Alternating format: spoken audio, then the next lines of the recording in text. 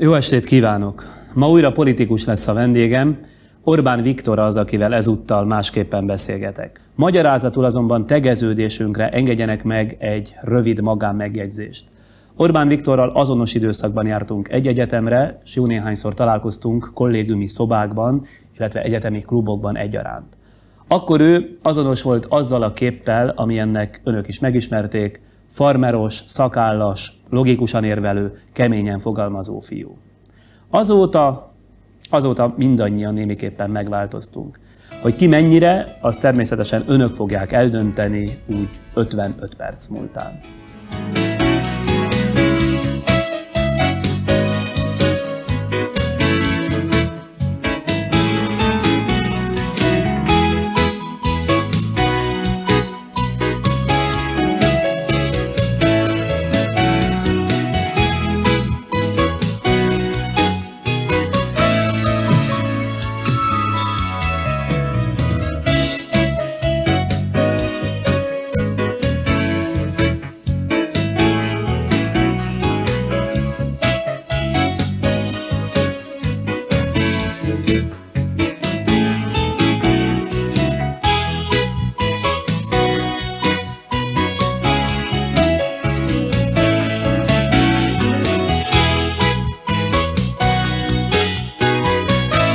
Azzal kezdtem a bevezetőt, hogy 89 óta megváltoztunk. Érdekelne a véleményed, hogy te is így gondolod? Szerintem is megváltoztunk, de szerintem mindannyian megváltoztunk, nem csak egyenként, hanem az egész ország. Ha összevetjük a 96-os Magyarországot a 89-essel, akkor jól látható ez a változás. Magadon például milyen változásokat veszel észre, ami nem csak hogy kitapintható, hanem talán már saját magad számára is megdöbbentő? Megdöbbentő, az szerencsére nincsen. Van változás a külsőségekben mindenképpen. Tehát ha már 89-et említetted, például volt szakállam, időnként hosszú volt a hajam. 89-ben még talán úgy jártam fodrászott, hogy egy évben egyszer vagy kétszer, és akkor ilyen 0,3-assal letolták a fejemről a hajamat, és amíg el nem jött a következő nyár, addig az nőtt. De aztán, ahogyan végül is a népszabadon választott képviselője lettem, és a tisztelt házban kellett dolgoznom, az egyfajta kötelezettséggel mindenképpen járt. És ezt tudatosították például benned, vagy pedig saját magad is beérted? Voltak kellemetlen élményeim. Tehát elmentem lakossági gyűlést tartani például. Minél kisebb településre mentem, ez annál gyakrabban ismétlődött meg. És hát a külsőségekre keveset adva, farmering, farmernadrág, tiszta, de azért egy kicsit csapzott haj. És ott beszélgettünk 2 órát mondjuk egy faluban 100-150 emberrel. És akkor azt mondta a végén egy idősebb bácsi, hogy na jó, fiam, nagyon örülünk, hogy eljött ide, még erre nem járt parlamenti képviselő, ez a falu életében új esemény. Tetszett, amit mondott, már amit értettem, mert nagyon gyorsan beszélt, de egy dolgot azért jegyezzem már meg, nézze meg, rajtam is fehér ingés nyakkendő van, és ha én megtiszteltem magát azzal, hogy fölöltöztem, akkor ezt maga is igazán megtehetné.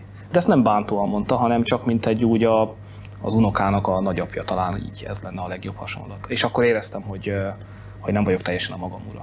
És akkor mondjuk a bácsi, meg a bácsi kedvéért választottál más öltözőket innentől kezdve, vagy pedig mérlegelni kezdtél, hogy nem leszel olyan hatásos, nem fehér ingben, bozontosan, kicsit csapzottan a te szavaiddal élve? Inkább kényszerként éltem meg először, de aztán utána láttam, hogy a kényszer alól nem lehet szabadulni, és akkor elkezdtem keresgélni, hogy mi is ebben a jó. És akkor rájöttem, hogy a zakóban sokfajta van. Van, ami csinos, hogy csetamásra éljek, és van olyan zakó, amelyik kevésbé az. És ma már a fehér ing mondjuk a sajátod? Már nem tulajdoni értelemben, hanem hogy belülről vállaltan is, tehát azért vagy fehér ingben, mert ebben érzed jól magad? Igen, van olyan ing, amiben jól érzem magam, sőt szeretem most már az öltönyöknek azt a fajtáját, amihez van mellény, ami hosszan gombolt és nem mélyen vágott. Tényleg megszereted a mellényt? Én azt gondoltam, hogy szakértők tucatja beszélte rád, mert hogy abban úgy festesz, mint egy úriember. Hosszú ideig nagyon idegen volt, legalábbis az én számom. A mellényt azt nagyon szeretem, csak ingen is, meg öltönyhöz is.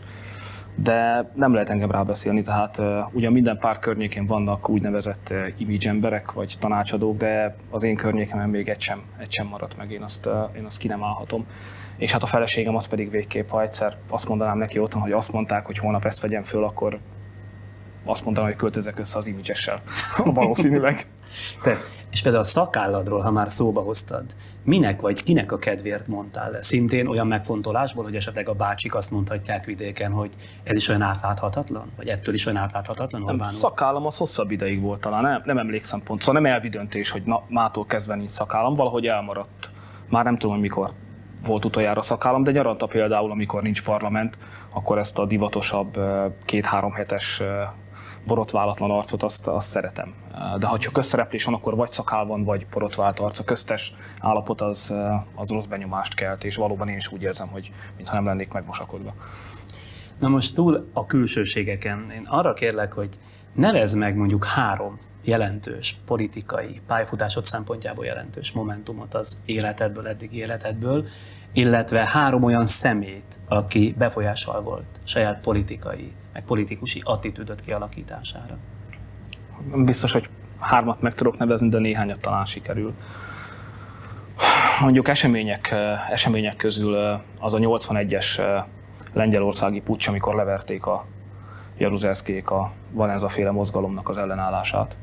Az azért volt egy izgalmas dolog a számomra, mert akkor éppen katona voltam, és december 11-én mozgósítás volt, kivittek bennünket a készenléti körzetbe, és 2 napon keresztül ott voltunk a platókon, teherautó platókon. Ez, hogy készenléti körzet. No, én is voltam katona, de én elfelejtettem. Az azt jelenti, hogy bevetés előtt oda viszik az embert.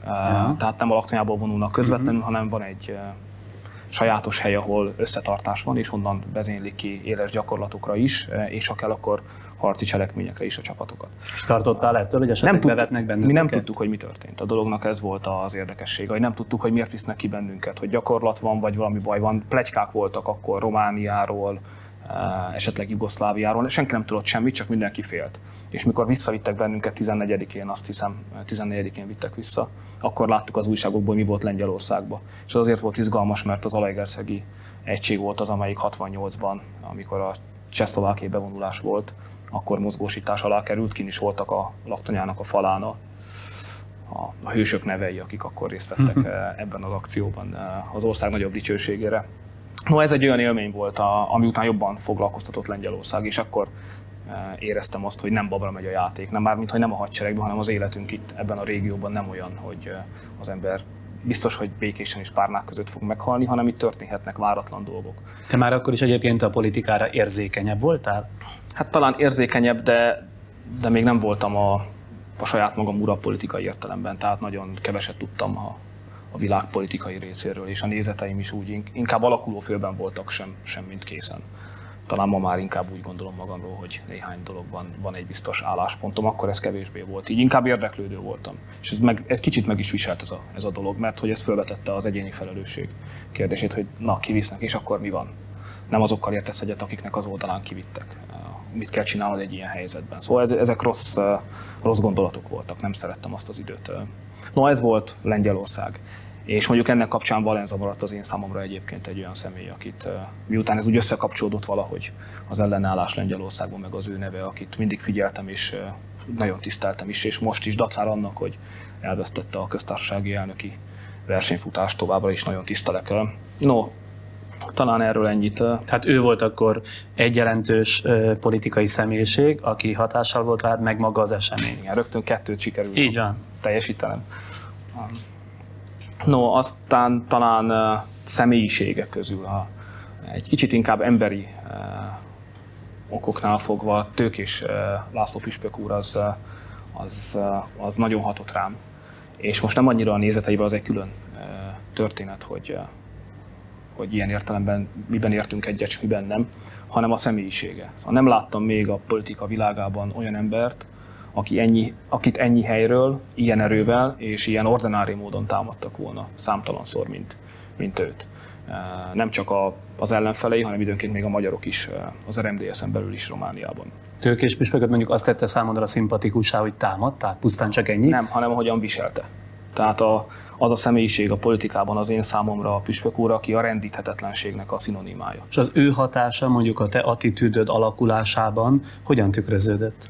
Tanultam belőle azt, hogy néha el kell hajolni például, akkor is az embernek igaza van, és a legfontosabb a nyugalom az, hogy az ember a saját igazában meg legyen győződve. És akkor hiába próbálják billenteni jobbról, billenteni balról, majd csak eltalál valahogy a maga útján. Ha fontos valaki a számodra, és úgy látod, hogy van tanulnivaló bármiéből is, akkor te veszed még a fáradtságot, hogy közel menj érdeklődésed tárgyához és megismerd? Hát azt hiszem, hogy ezt a diákos vonásomat talán még nem vesztettem el. Például, ha már éppen a televízióban vagyunk, szóval a média természetének a megismerése az egy erős élményem volt az elmúlt 2 esztendőben. Mert amíg az embernek jól megy a szekér, és általában jókat írnak és mondanak róla, addig nem figyel arra a közegre, amely őt közvetíti a hallgatók és a nézők felé. De amikor elkezd rosszul menni a szekér, akkor az ember nem tudja, hogy most akkor mitől van a zavar. Én hibáztam-e, a közeg torzít, amelyen keresztül eljutok a választókhoz. A választók változtak meg esetleg, szóval hol a rendszer miért nem működik, vagy miért nem úgy működik, mint régen. És mondjuk, ha már a médiát említetted, tekintetben hova jutottál? Arra, hogy a média az egy nagyon veszélyes dolog. Talán a világ egyik legveszélyesebb dolga. Hogy is mondjam ezt neked? Leemeli rólad az arcodat. Tehát van egy kép, egy arc, egy Friderikus Sándor, egy Orbán Viktor valahol a térben, amiről az emberek gondolnak valamit. És egyszer csak azon veszed észre magad, hogy nagyon sok ember számára te már nem az vagy, akinek saját magadat gondolod, hanem azzá lettél, amit ők gondolnak te rólad. Szóval leemelik az önálló életet él, egy képzelt személyiség, ahelyett a személy helyett, aki te magad vagy. És nem tudod visszaparancsolni többé az állarcot. Tehát iszonyatos erőfeszítéseket teszel, hogy bizonyítsd, hogy az nem én vagyok, kérem, az egy kép. Megpróbálod visszahozni magadra, visszailleszteni az arcodra, és nem megy. Szóval a média ilyen szempontból embertelenül veszélyes gépezet. Most ami a harmadik jelentős szemét illeti, itt én megkönnyíteném olyan értelemben a helyzetedet, hogy konkrétan kérdeznék. Ugye jócskán terjedtek arról pletykák, de soha megcáfolva sem voltak igazán, meg megerősítve sem, hogy akkor már nagybeteg Antal Józseffel neked már baráti viszonyod alakult ki. Igaz-e, hogy téged lehet tekinteni tulajdonképpen Antal József politikai végrendelete letéteményesének? Ez sajnos nem igaz. Talán a hiúságomnak hízelegne, hogyha így lenne, de ez nincs így. Itt nagyon óvatosan kell fogalmaznom, ugye végül is úgy alakult a sorsunk, mármint Antal Józsefé és az enyém, hogy ő az MDF-nek lett a vezetője, én pedig 90 után egy ellenzéki pártot vezettem az ő kormányával szemben. Ezért az ő politikai végrendelete, egyáltalán a teljes hagyatéka, az nyilván a saját pártjához tartozik. Tehát az mindig is az MDF-é volt, és az MDF-é is marad. Inkább itt az érdekes, hogy hogyan lehetséges egy demokráciában, vagy hogyan lehetséges Magyarországon, talán ez izgalmasabb, hiszen itt a személyközi viszonyok elvadultabbak, mint egy bejáratott nyugati demokráciában. Hogy ellenzékben és kormánypárti pozícióban lévő emberek mégis talán már baráti viszonyt tudnak egymással kialakítani, és ezt tartósan meg tudják tartani, ez esetben mondjuk az egyikük haláláig.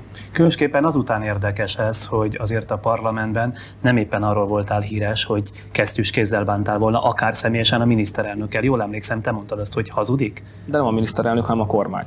Igen, hát finomíthatunk. Nagy különbség. Hát igen, a forma legfeljebb, ami különbség, de az üzenet az tulajdonképpen neki szólt. Na szóval, hogy alakult ez a végére? Szóval még maradjunk ennél az ügynél, mármint a parlamenti összecsapásoknál. Hát először is a dolog viszonos volt. Tehát azért ő se ütött kicsiket.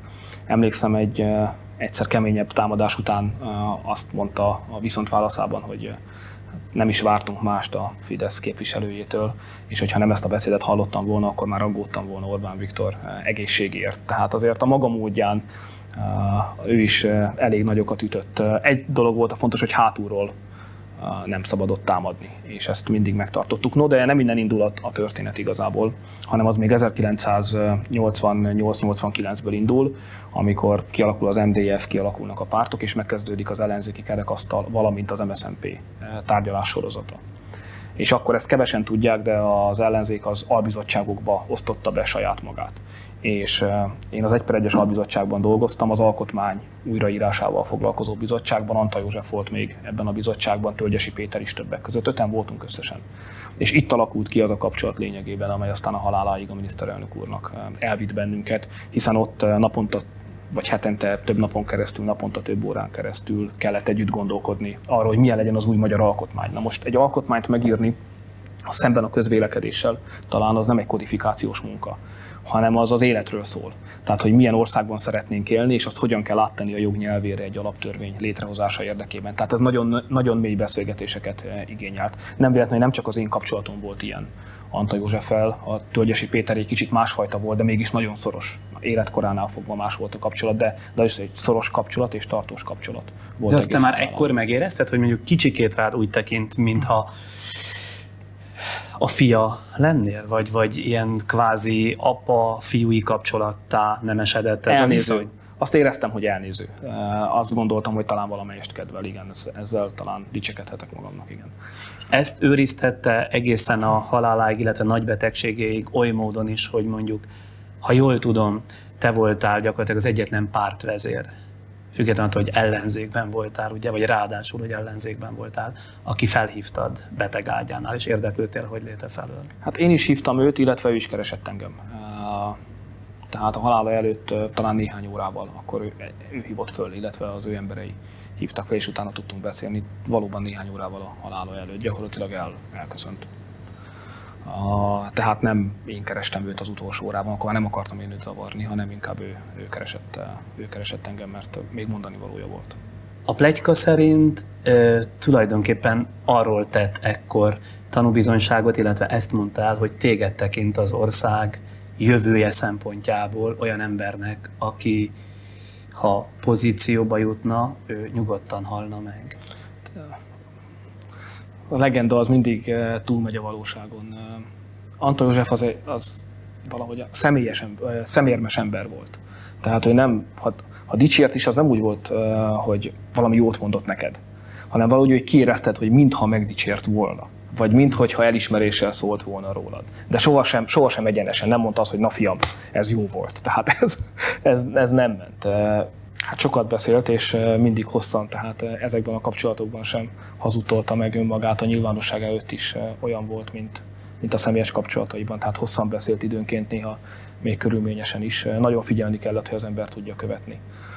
Mindenről, a magyar történelemről, arról, hogy őt mi mozgatja, mik azok az erkölcsi emberi megfontolások, ami alapján teszi, amit tesz, hogyan próbál valami fajta kulturális folytonosságot helyreállítani a II. Világháború után megszakadt magyar történelem meg a mai között, és ebben a saját szerepét, személyes szerepét hogyan látja, hogyan kell gondolkodni a saját népéről egy vezetőnek, aki az ország élén áll.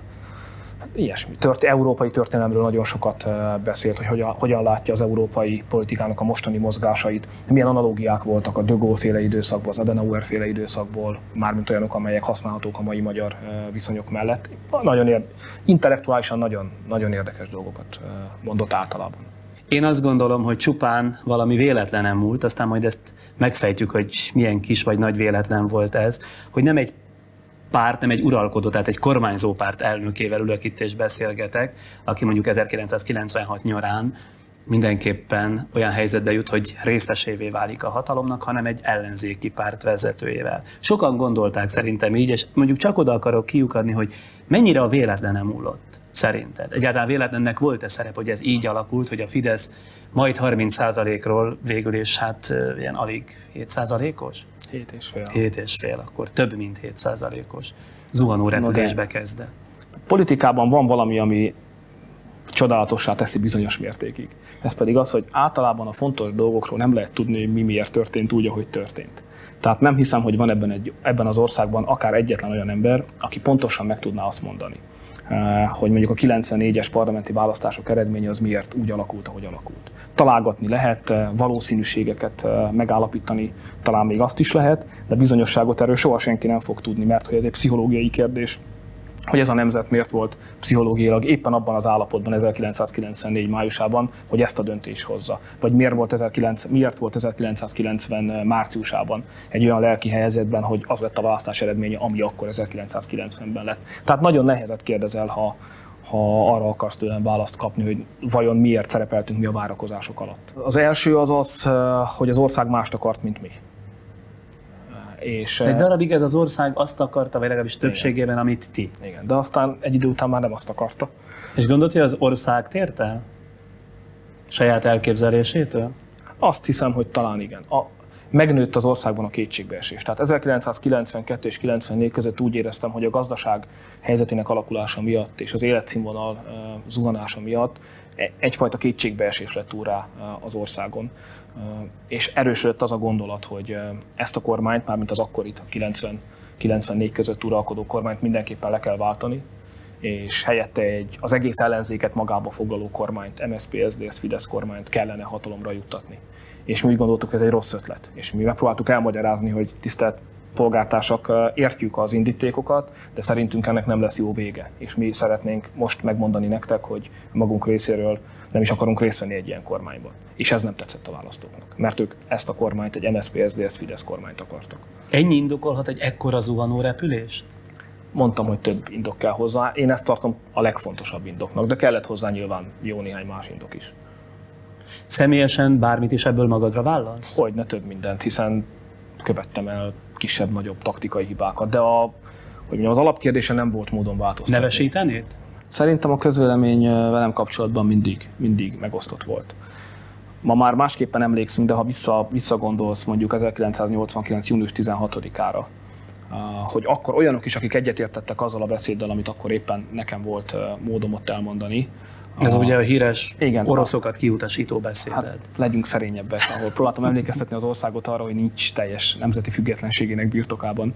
Tehát ott is, akik egyébként egyetértettek velem, azok is azt gondolták, hogy nem biztos, hogy ez helyes dolog volt. Tehát én úgy emlékszem a nyilvánosság előtti szerepléseim szinte mindegyikére, hogy többé-kevésbé, de megosztotta azokat, akik követték az eseményeket. Tehát az én személyiségem valahogyan olyanná vált, vagy olyannak mutatkozik a közvélemény előtt, amely indulatokat vált ki, érzelmeket, szóval megérinti az embereket valamilyen mélységig, és így vagy úgy, de állást foglalnak.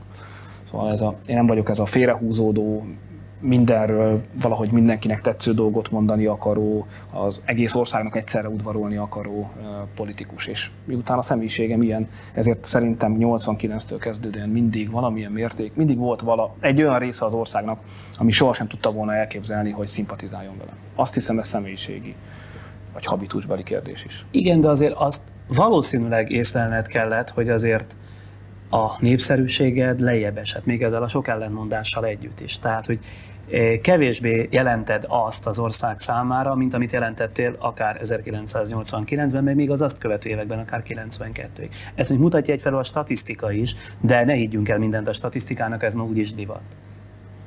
Én az állításodnak a lényegével egyetértek. Egész addig, amíg a közvélemény úgy érezte, hogy amit ő gondol, én azt mondom ki, rajtam keresztül tulajdonképpen magukat hallják, addig szimpatizáltak. Nyilván velem is, nem csak a pártommal, vagy pártunkkal. És amikor meg azt érezték, hogy ők nem ezt akarják mondani, az ember miről beszél, akkor nyilván ellenszenvesebbé váltam a számukra. Viktor, te szoktál önvizsgálatot tartani? Ilyen rituálisat, hogy az ember leül, magába mélyed, és... Akár azt is el tudom képzelni, hogy ilyet. Ilyet nem szoktam. Hanem miért szoktál? Gondolkodni szoktam a világról, az előfordul. És a világban a te helyedről, meg a te általad képvisel dolgokról? Nem tudja az ember elkerülni, hogy időnként számvetést készítsen. Ugye a mi életünk, mármint a politikusok élete mégiscsak olyan, hogy van egy sajátos periódikája. Tehát 4 évenként választás van. És az nem csak arról szól, hogy na most jó szerepeltünk vagy rosszul, hanem hogy akarom ezt még csinálni.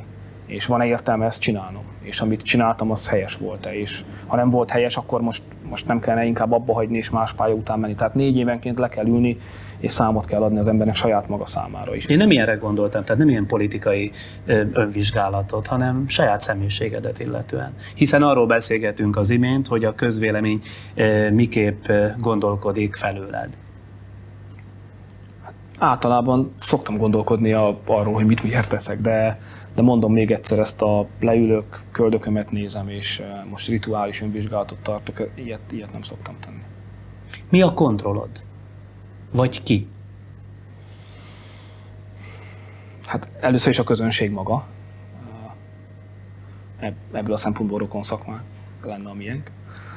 Másfelől a társaim, hiszen a magyar pártok nem egyszemélyes pártok, tehát van vezetőségük, elnökség, országos választmány, megyei elnök urak. Ezek mind erős emberek, az ő véleményüket minden ügyben érdemes meghallgatni.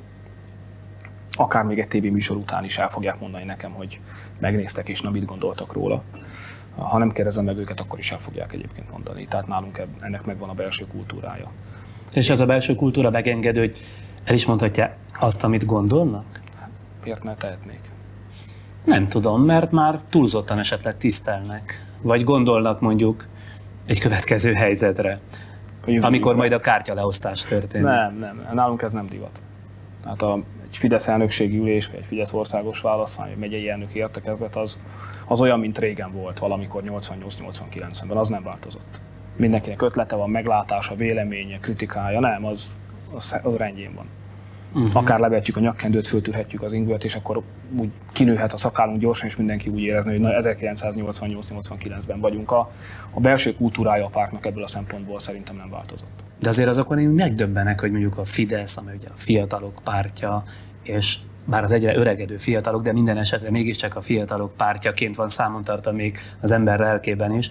Még tudom én, a Fidesz elnökének protokolltitkára van, meg sajtótitkára. Szóval ez az egész nekem olyan első hallásra vagy első látásra olyan túlméretezett. Szóval úgy idomul azokhoz a politikai elvárásokhoz, amelyeket minden párt, minden magára valamit adó, minden komoly párt egyébként visel.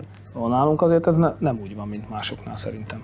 Hát de nekem például téged is nincs protokolltitkárom például. De valaki fölhívott engem, hogy egyeztesse, hogy milyen ruhában leszünk. És akkor egy pillanatra megdöbbentem első körben, hogy azért ez már más idő. Hát persze, azt azért meg kell kérdezni egy interjú előtt, hogy az egyik nyakkendőben lesz és smokingban, a másik meg fürdőnadrágban, az mégsem mindegy. Ebben igazad van, csak ezt megteheti két ember egymással is. Minden szervezetnek, legyen szó Magyar Televízióról, a Friderikus producer irodáról, legyen szó a Fidesz Magyar Polgári Pártnak, van egy vezetési szervezete és szerkezete.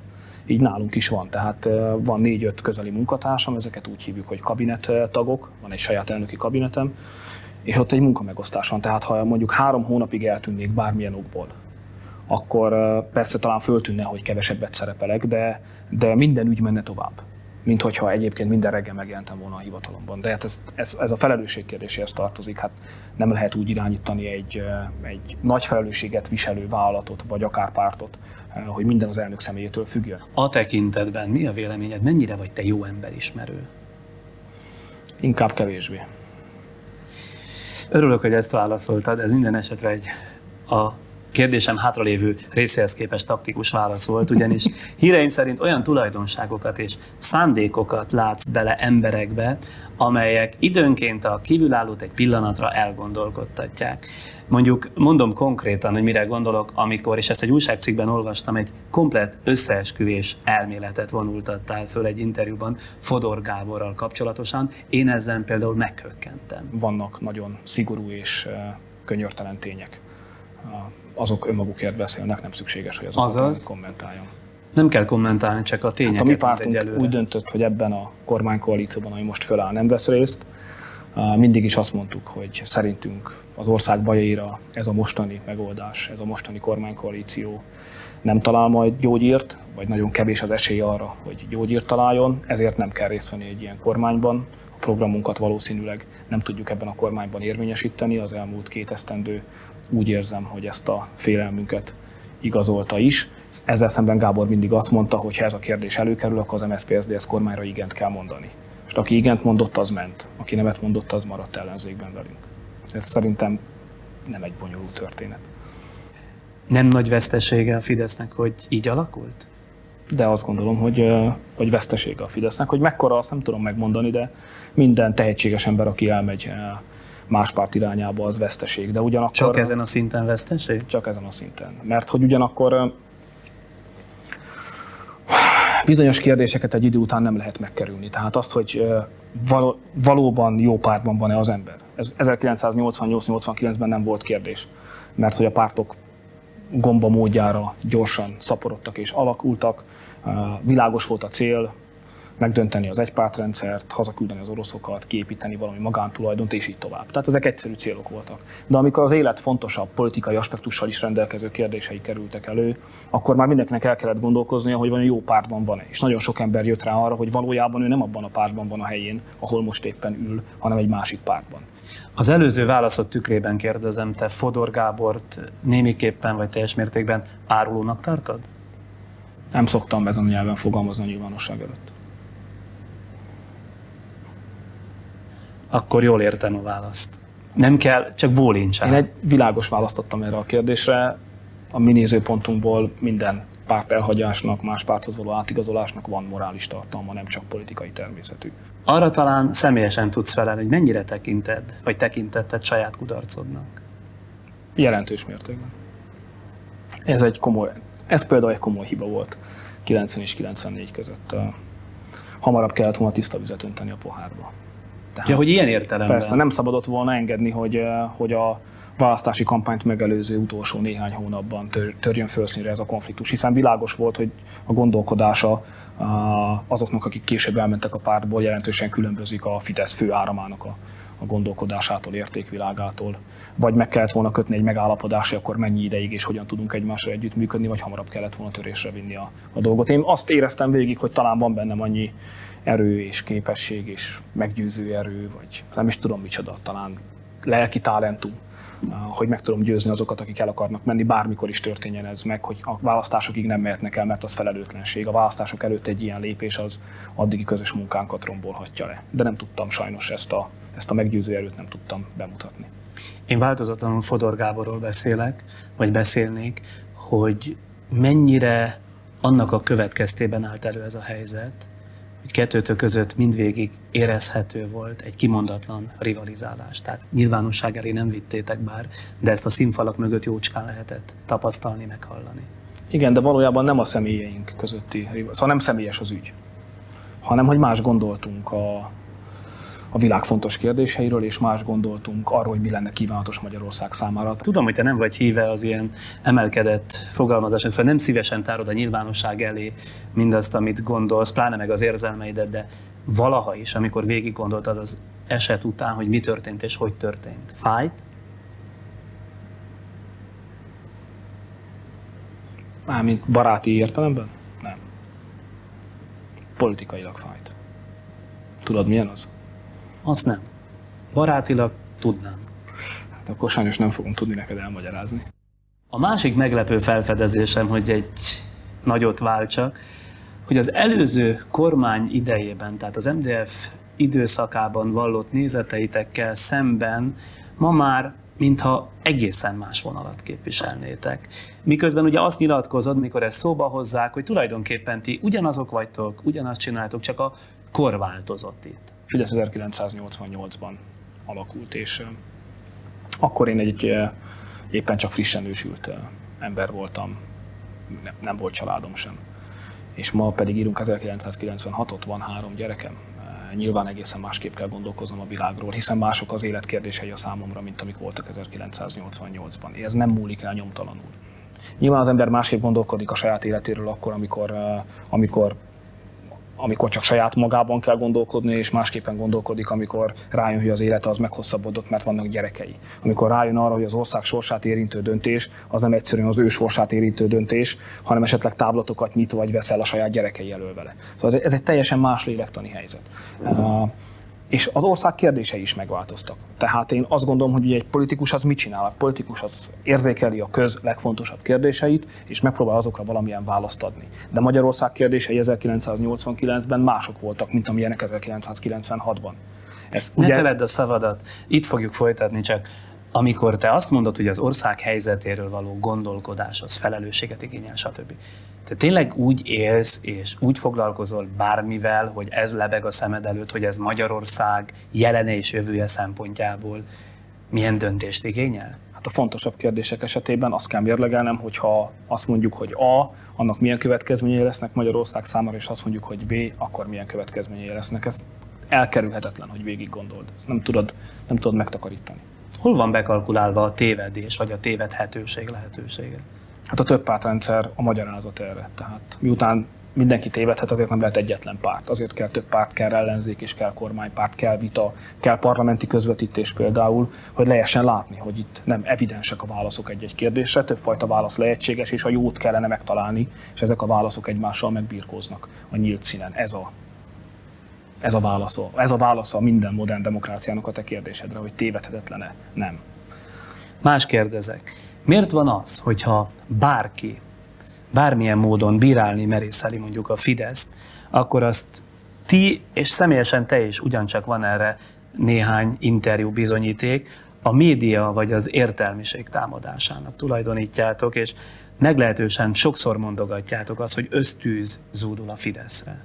Hát volt időszak, amikor volt rajtunk azért ösztűz, erre lehet talán emlékezni. Én, hogy fogalmaztál, hogy azzal magyarázzuk a bírálatokat, hogy a média ellenséges velünk szemben? Igen, média, illetve az értelmiség. Tehát ezt úgy szívesen egybekapcsoljátok, és a kettőnek az ösztűzével magyarázzátok. Az, hogy az értelmiség az egy helytelen szóhasználat, ha így foglalunk állást, mert az értelmiségnek több fajtája, része, rétege van, és ugye az értelmiségnek egy nem elhanyagolható,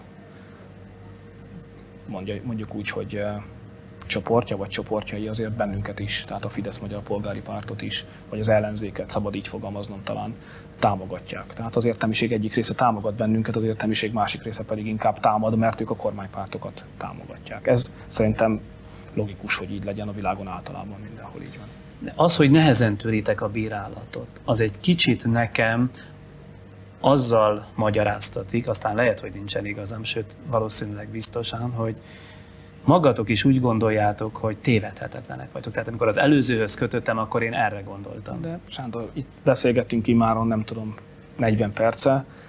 Lényegében nem beszéltünk másról, mint hogy milyen kritikák szoktak velünk szemben megfogalmazódni, és ezekkel szembesítesz engem, és nem tűnik úgy, hogy földöntöttem volna az asztalt, kikértem volna magamnak, és azt mondtam volna, hogy te egy liberál, bolsi értelmiségi vagy, aki láthatóan azzal próbálkozik, hogy mindenfajta indokolatlan bírálatokat a műsoron keresztül a közvélemény tudomására hozzon, hanem egyenként nyugodtan szépen próbálkozom a válaszadással.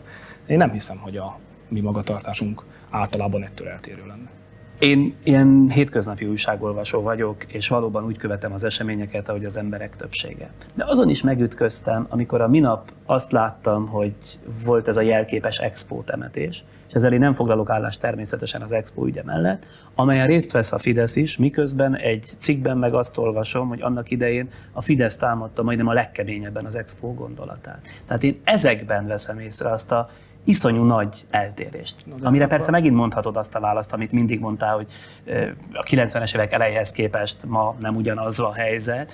De ennél jobb válaszom van erre a helyzetre, mert hogy a sztereotípiák önálló életre kelése ellen az a legjobb módszer, ha a dilemmákat külön választjuk, és egyenként próbálunk rájuk valamilyen választ találni. Mondjuk itt tehát az Expo kérdéséről beszélünk. 1990-ben az volt az álláspontunk, az én személyes álláspontom is, hogy Magyarországnak nem kellene belevágnia abba a kísérletbe, kalandba, amit Expónak neveznek, különböző okokból, pénzügyi, sok más okból. 1994-ben arról kellett dönteni, hogy miután beleinvestáltunk temérdek pénzt, most már abba hagyjuk-e vagy nem. És azt mondtuk, hogy most már, ha ennyi pénz benne van, most már ne hagyjuk abba, mert ha abba hagyjuk, azon nagyobb kárt okozunk, mint hogyha befejezzük. Amiből szintén lesz egyébként kár, de nem akkora, mint ha most abba hagynánk. Szerintem ez egy világos válasz, világos helyzet, a két kérdés nem keverendő össze. Ha ma megkérdeznék tőlem, hogy bele kell-e vágni egy Expóba, azt mondanám, hogy nem. De ha megkérdeznék, hogy szabad-e kiugrani, azt mondanám, hogy nem. Arról például mit gondolsz? Miért jobb valójában egy nagy jobboldali blokk élén, tehát vezetőjének lenni, mint egy mondjuk kiscentrista párt vezetőjének lenni? A hatalom mennyire édes és mennyire ellenállhatatlan? Ezt én is szeretném tudni, de még én ebben nem kóstoltam bele. Tehát azt, amit te hatalomnak hívsz, vagy az ország hatalomnak hív, abban a Fidesznek soha nem volt része. 1988 óta egykor félilegális, azóta pedig törvényes ellenzéke vagyunk az éppen hatalmon lévő kormányoknak. Tehát az ellenzék nem gyakorol hatalmat a szónak abban az értelmében, ahogyan ezt te használod. Ezért nem tudok válaszolni a kérdésedre. Azt, hogy mennyire vonzó, van-e valami ördögi vonzása, arra azt tudom mondani, hogy személyisége válogatja. Van, akire ilyen hatást vált ki, és van, aki pedig közömbösebb vele szembe. Én az utóbbiak közé tartozom. Azt mondod, hogy neked közömbös? Közömbösebb, azt mondom. Én inkább a felelősséget látom benne, meg a bukás lehetőségét, nem pedig azt a csillogást. egyébként sem szeretem ezt a ilyen csillogós, mindenki kedvence, sürgő-forgó, fogadásos, szóval ezt a világot, ami a politikának azért egy fontos része. Nem is vagy ebben ilyen értelemben jelen? Vagy ha csak teheted, távol maradsz ettől? Igen, ha tehetem, kívül maradok. Annak örülök, hogy meghívnak egy konferenciára. Azt, ha tehetem, elvállalom. De ha meghívnak egy pohárköszöntőre, vagy egy követségi fogadásra, azt, ha csak a tisztám, miután most parlamenti bizottsági elnök vagyok, nem teszi megkerülhetetlenné, akkor nem fogadom el. Ez magyarázható a te származásoddal, meg vidékiségeddel. A szónak abban az értelmében használom itt a vidéki szót, hogy soha nem volt jellemző mondjuk az életed egy jelentős szakaszára az, hogy különböző csillogásokban, a te szavaiddal élve vettél volna részt. Nem vagyok abban biztos, hogy bizonyos személyiségjegyek azok a származással magyarázhatók egyértelműen, de hogy valami összefüggésnek kell lennie, azt azért gondolom. Tehát az, hogy én onnan jövök, ahonnan jövök, az összefügg talán azzal, hogy mindent, ami álságos, talmi, azt megvetek valójában. Tehát azt, hogyha valaki csak arra törekszik, hogy jobbnak és többnek látszódjon, mint ami. Azt én annyira nevetségesnek tartom. Vagy hogy nagy emberek társaságába forogjon. Azt meg kell mondanom őszintén, hogy az ilyen embert nem tartom sokra. Tehát ez idegen tőlem. Történetesen, ha te akarnál nagy emberek társaságában forogni, akkor tudnál az etikett szerint ott forogni? Néha rákényszerülök, és eddig kiderült, hogy késsel villával tudok enni, és az európai diplomáciai gyakorlatban a szokásos protokollnak annak azért meg tudok felelni. Meg hát tudok beszélgetni ezekkel az emberekkel, az mégiscsak megkönnyíti a dolgot, hogyha az ember nem beszél semmilyen külhoni nyelvet, és egy fogadáson csak a sarokba fordulva eszegeti a műanyag ételeket. Igen, ezt a sonkát, ami rezeg, tudod, ez a zselé, igen, ez nagyon borzalmas. Tehát ha csak arra képes, hogy láthatóan befelé forduljon és meneküljön a kommunikációtól, akkor lenne bennem tartózkodás, de nem ez a helyzet. Tehát ha Kohl kancellárral kell találkozni, akkor vele, most legutóbb, amikor Margaret Thatcherrel kellett, hát akkor vele. Szóval ez nem okoz problémát. Ha a munkáról van szó, akkor rendben van. Nem olyan régen ugye levelet kaptam tőled, amelyben helyre tettél egy téves információt, amely valamely műsoromban hangzott el, és autód márkájára vonatkozott. A helyreigazítást ugye közzétettem, és azóta országvilág tudhatja, hogy te csak hogy jól mondjam, ezért nézem a papíromat, Opel Corzával jársz, 1,6-os Opel Corzával. Aztán azt is lehet tudni más cikkekből, hogy zöldövezeti lakásodat nem építetted, hanem béreled, és hogy 3 gyermeket született viszonylag gyors egymás utánban. De vajon mennyire más a lakásajtón belüli Orbán Viktor ahhoz képest, akit ismerünk? Teljesen más az életem, mert más az a világ. A feleségem szokott is ezért neheztelni rám, hogy ha kérdezget egy aktuális politikai ügy felől, akkor ezt igyekszem a lehető leghatározottabban elhárítani, és azt mondani, hogy nem akarok beszélni ezekről az ügyekről, mert hogy ezek az ügyek töltik be a napjaimnak a nagy részét. És a lakásomat, vagy az otthonomat, a családomat azt úgy tekintem, ahova haza lehet menni azért, hogy ne ott legyek, ahol egyébként a munkám van, és ne azon kelljen gondolkodnom, amiről a munkahelyemen kell gondolkodnom, ami teljesen más közegbe kerülhessek bele. Egy olyan közegbe, ahol biztos, hogy mindenki szeret, aki körülöttem van.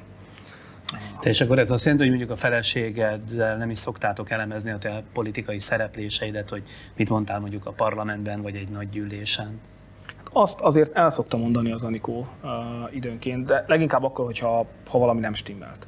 Tehát, hogyha indisponált voltam, vagy elhibáztam valamit, vagy tényszerűen esetleg tévedtem, akkor azt mindig el szokta mondani. Különösen, hogyha jogi tévedést vétek, tekintettel arra, hogy ő is jogász. Azt azért el szokta mondani. De inkább azt nem szeretem, hogyha arról faggat, hogy na akkor most mi lesz, vagy most mit beszéltem az egyik elnökkel, vagy a másik elnökkel.